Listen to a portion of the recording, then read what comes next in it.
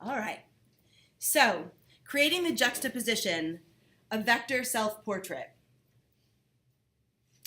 Vectors are this truly unique little element that we have that we can work with that are super, super, super flexible. I think that's the most important thing in my mind about vectors. Most drawing applications use them. The artist, you, creates an image by clicking points along a contour path of the shape being drawn.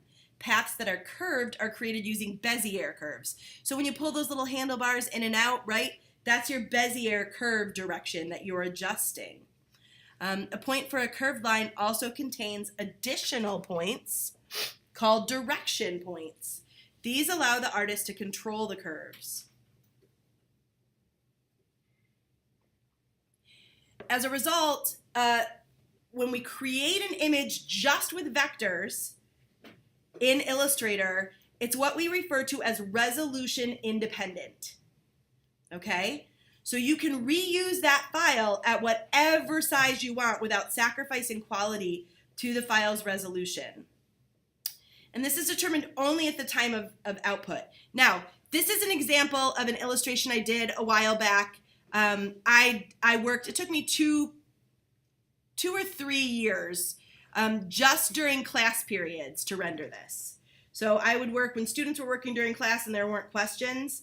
And so this part of it is all vector based. So this, I could make my cousin and her husband, this is who I just went to visit, by the way. I could make them as big as I want. I could put them on the side of a building, on the side of a truck.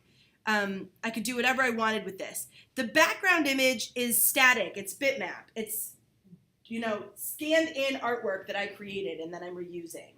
That doesn't have that resolution independence, right? For this assignment, you are not required to use any bitmapped imagery. If you have a reason why you think it supports what you're doing, though, I'm completely open to that, right? But the idea being that we want to create a vector image that is totally flexible and we can move it around.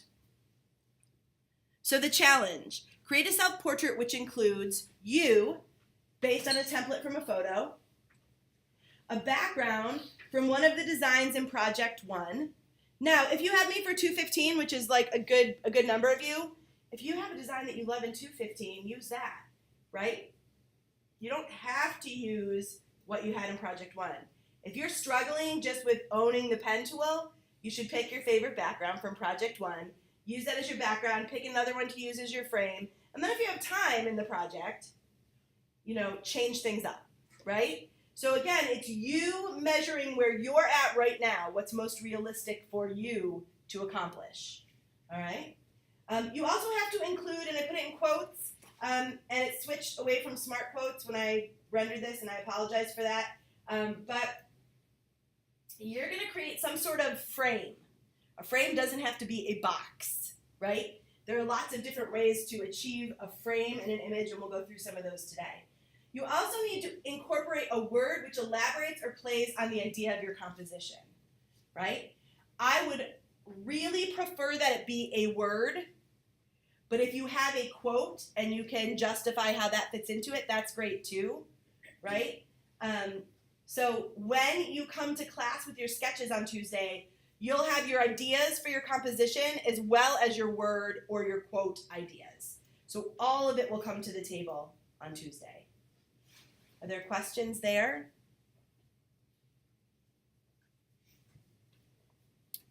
All right, so the solution. Well, for starters, you're going to need to do a series of thumbnails. And these should be in black and white or pencil and show the basic layout of what you want to create. So if you're thinking you're going to work in a square format, you're going to use a square format. If you're thinking you're going to work in a circle format, you're going to use a circle format. If you think you're going to work in a long and narrow format, you're going to use a long and narrow format. I'm going to give you two sizes. If you look on your sheet for the project, I believe the sizes that I gave you are 11 by 17 or 12 by 12 for a square. Okay? Anything under that size, in any shape or form, you want long and narrow, you want a circle that's, you could make it a whole 12, what would that be, diameter, 12-inch diameter. You could do that. As long as it fits within that 12 by 12 square, it could be any shape really that you want, right? As long as it's holding that space. Your sketches are meant to let you explore the possibilities, okay? It shouldn't be like torture that you do 1 hour before class. It should be something that you sit down with a cup of tea, a cup of water, a cup of coffee, whatever floats your boat, right? You get comfortable. You get in a place where you can kind of sketch and be loose. Maybe you put your headset on. Maybe you play some music. Maybe you're outside. I don't know. But you take the time to really think. And every time your mind says, I can't do that in Illustrator, or I don't know how to, you go, quiet mind, I'm coming up with ideas here. I don't need the extra voices. Like, I just need to come up with ideas and then know that I can find a path to getting those things done. All right?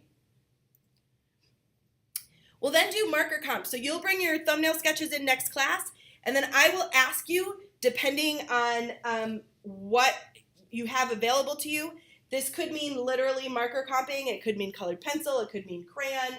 If you're in 215 and you have one of the iPads or you have your own iPad or tablet, you could add color on your tablet. I just am going to ask you then to come to Thursday's class with just a quick idea of what kind of colors you're using. Again, so that we don't just use whatever Illustrator puts there for us, but we really think about what kind of colors are helping to tell the story. That's what this is. To me, that's a beautiful gift. That you're taking a class, that you're going to create a piece of imagery that tells the story of you, or tells the story of someone important to you. You're going to be the visual storyteller, and that encompasses everything from the ideology of it, the word of it, to the use of color. All right? So when you draw the portrait, we're going to have kind of 4 things that we do. We're going to use a template, we're going to use simple shapes, we're going to zoom in, and we're going to step back. Right? So I use an example. This is actually an example. It's super pixelated because it's from my first year teaching in 1998. This was the example that I made, but I like to use it because it reminds me. It's super close to my heart. And I think in my office, I actually have the artwork for this. I'll bring it in next class.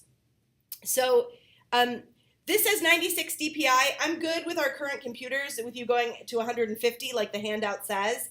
96 would be enough as well. You can use a digital camera, you can use your phone, but having a reference is really helpful. So in my case, that chair that I'm sitting in was my grandfather's chair.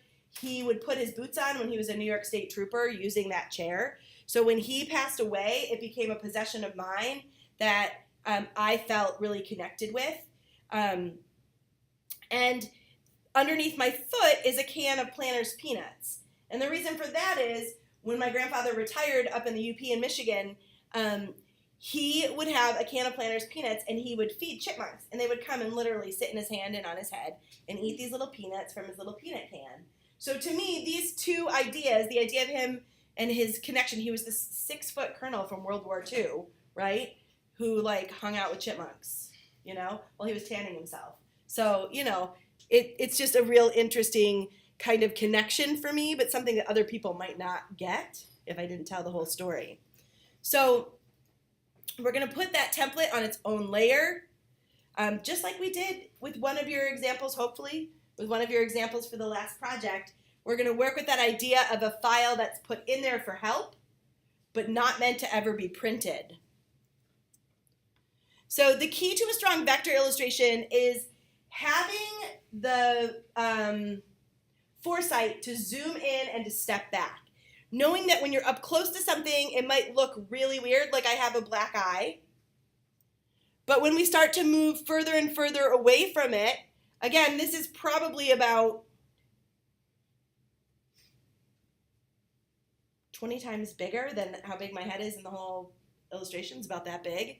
But when I zoom in, I can really capture parts of it and look at what's going on. And by giving those little bits of information, I'm able to give more of a dimensional quality to the piece itself.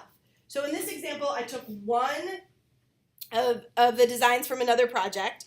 I put a full one in the background, and then I took the exact same design and used it as literally a frame around the edge. So this would meet the requirements. I use the word karma as my word.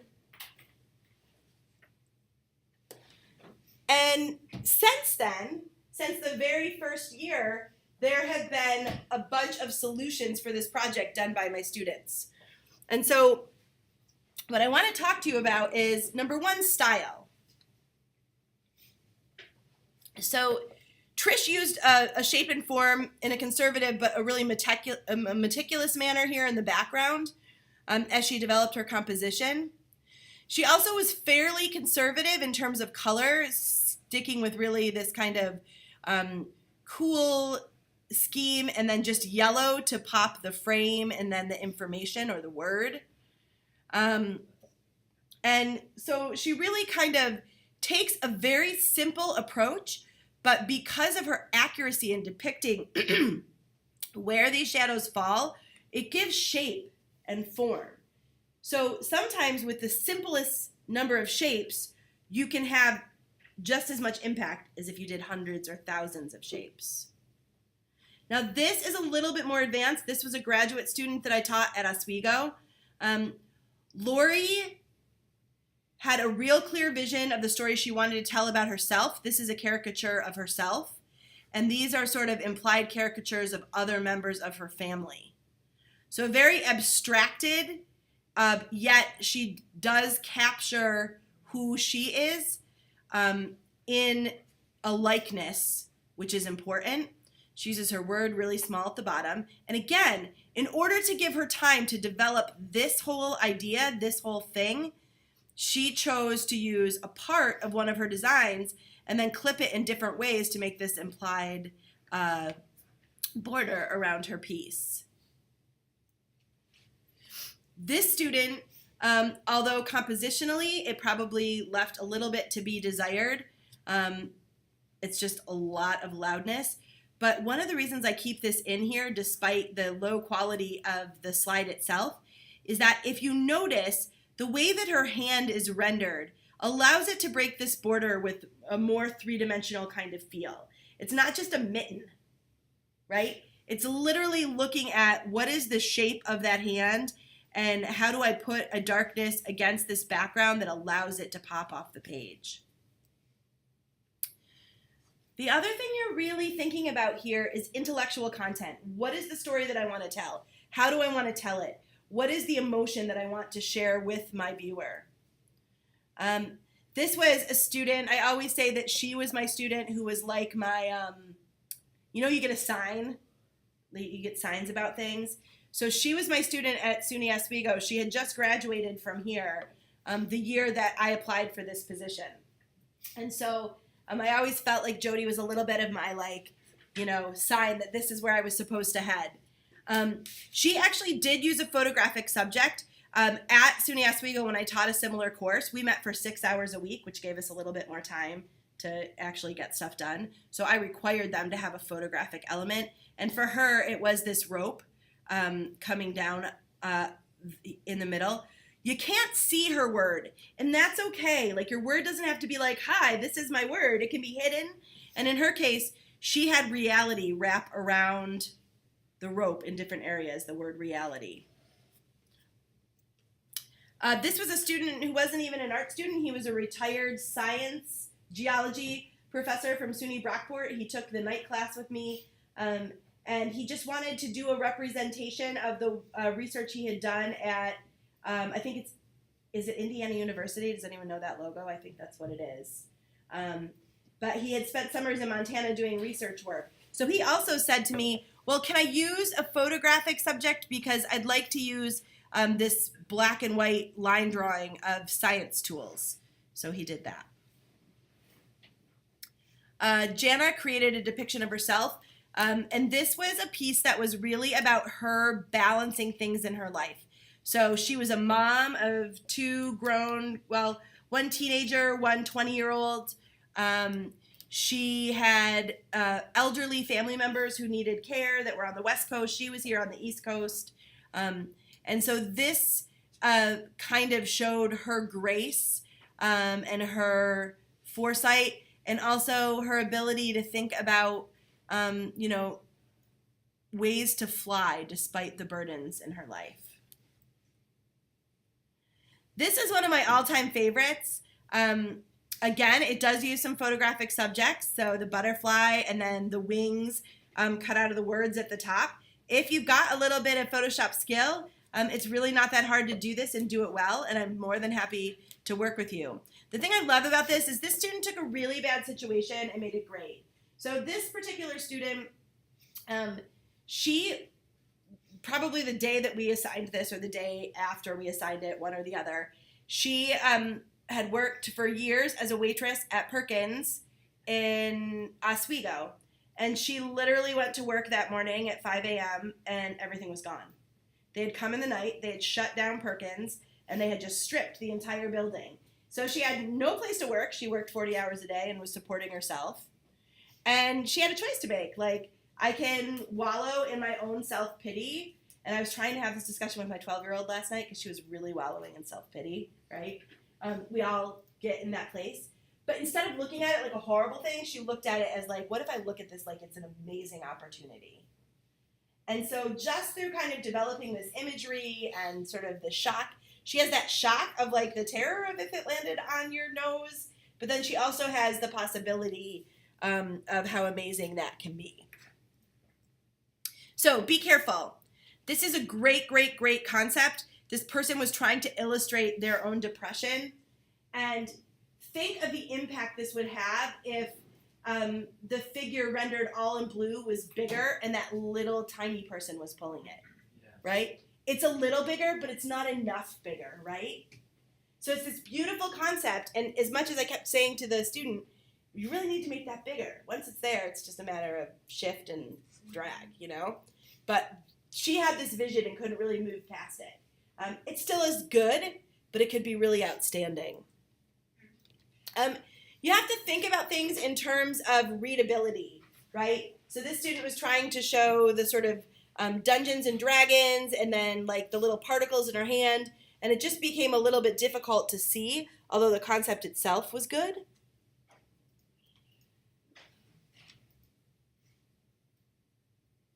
She's not floating based on how she's sitting, right? If you were floating in the air, your legs wouldn't be bent like you were sitting on the floor, right? So she either has to put ground in her composition or she has to photograph herself in a way that feels more like she's floating, right? So as you sketch this and get ready to take images of it, we have iPads that can take amazing pictures. We have iPhones that can take amazing pictures. I have cameras here that we can take pictures with. We want to get reference images that really allow us to experiment with each other about how we look and what our bodies are doing, right? It's not just about like, I'm going to take a picture of my face and then put it on here. It's about like, how do I make myself look super, super believable? And maybe that means taking a picture of your face and taking a picture of a guy floating in space and putting your face in that image. That could be a possibility. But you have to really do your homework for your template in order for it to be believable. This is a beautiful composition. It's a beautiful illustration. And then the person just literally didn't care enough to not just plot themselves in the composition like that. Please don't do that. This has the potential of being super beautiful, right? What can we do just to improve this? And like, I don't know, it might take 20 minutes, 30 minutes to do. Not even. It would take 5 minutes. You guys are all good enough at this already. I bet you could do it in 5. Anybody have a quick solution? Yeah. Extend her body lower. Extend your body. What if I don't have any more reference image? Move her body to the bottom. Ooh, okay. So you could draw it in, or you could move her body to the bottom and just use a clipping mask of the squiggly line. Done. Pretty easy, right? So don't just give up. Don't do this beautiful thing and then kind of give up on it. All right, some more student work. Some really lovely, some complicated, some very simple. This was a horticulture student, Anne Lammy, who took this course. And I think she really did a lovely job of incorporating herself into a tree, the roots and the branches. And her word was grounded. Vocalize. Again, some of the details from him laying in his bed and then some of the design blend together to pull this whole thing together. Jump.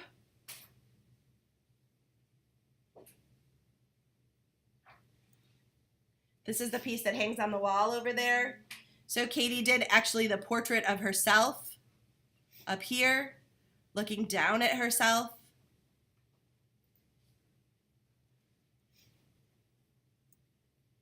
I love this one.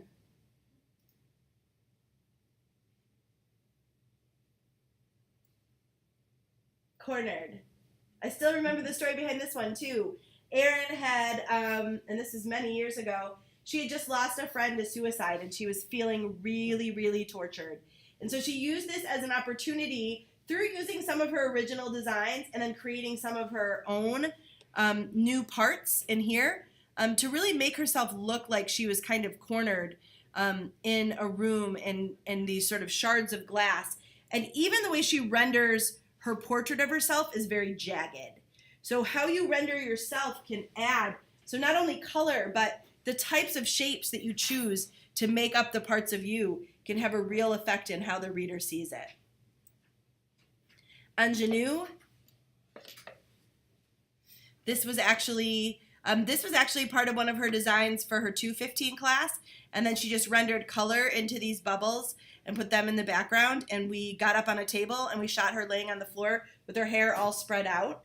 And she didn't draw every strand of hair in her head, she stylized it, but to have that as a reference makes it believable even though it's stylized, right? So that getting that accurate reference from the beginning, if we're up on a table taking a picture of you so that we get the spread of your hair or your whole body or whatever it is, we want to make sure whoever's doing it, whether it's me or one of your classmates, that they also zoom down and get a close-up of your face, because you may very well want to render your face separate, but we want the lighting to be the same, your position to be the same. So it's kind of like a one far away and then one stay where you are but zoom in so that you get both parts. A beautiful piece that was a tribute to this woman's cat who was very elderly and probably not going to be around much longer, but she wanted to incorporate her love of playing the piano, quilting, and her beloved little friend whose name I've forgotten. This hangs somewhere. I'm thinking maybe in the lecture critique room. But a really strong use of this person's design, then just some elements from the design to create that beautiful frame and give that, imply the sort of climbing of a mountain over and over again, along with the word and the person kind of painting the word up there and then leaning on top of it.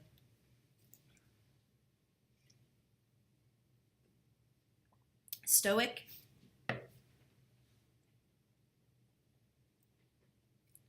This was done last year. Stephen, are you in here? Yeah. You can tell him we used it today. This is Cold Night.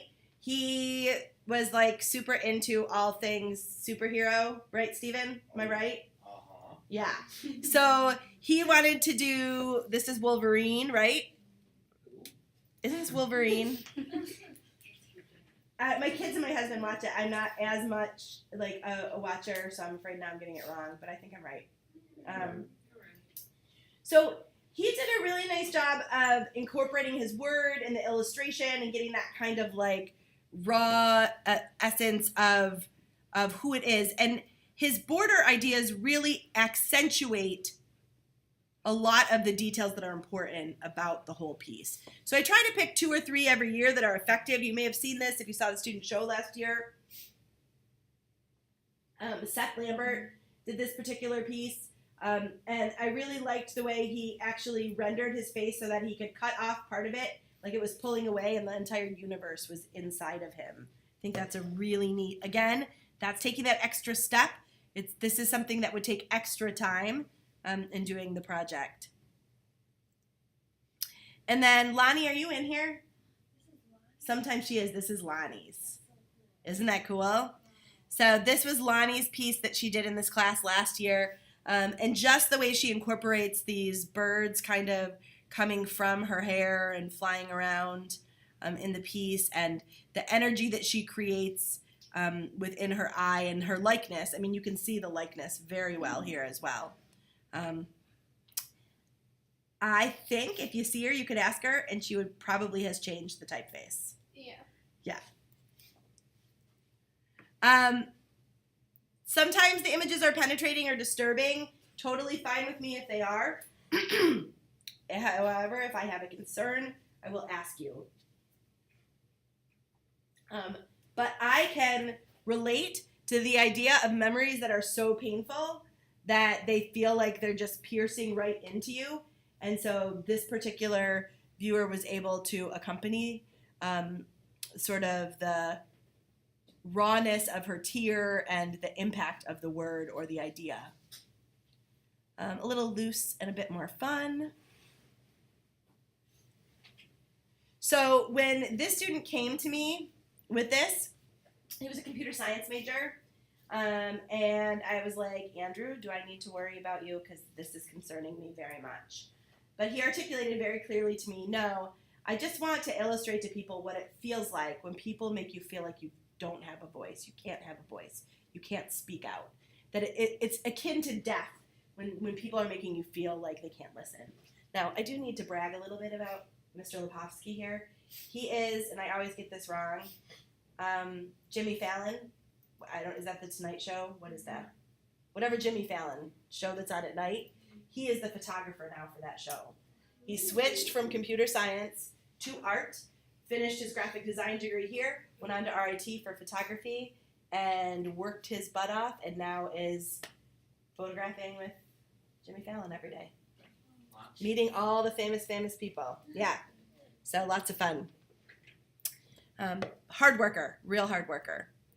This, I don't have a good, I tried to find a vector version of this, but I think it's just a really lovely portrait. So I'm going to keep using my low res, probably from a slide of it, where the student rendered herself in color and then rendered herself again in black and white. All of these students have the same amount of time, to do this project, right? So it's totally doable. If you've never had any skills, like in this Patty Sauer in this example, she knew nothing about Illustrator at all. She was a film photographer, and she came back to school to learn all about the technology, and she really did a great job on this. And I just saw Jennifer the other day, but this, can anyone guess what she's trying to show us here?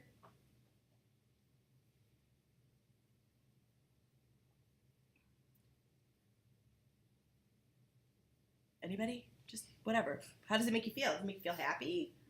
Feeling choked? Yeah. Anything else?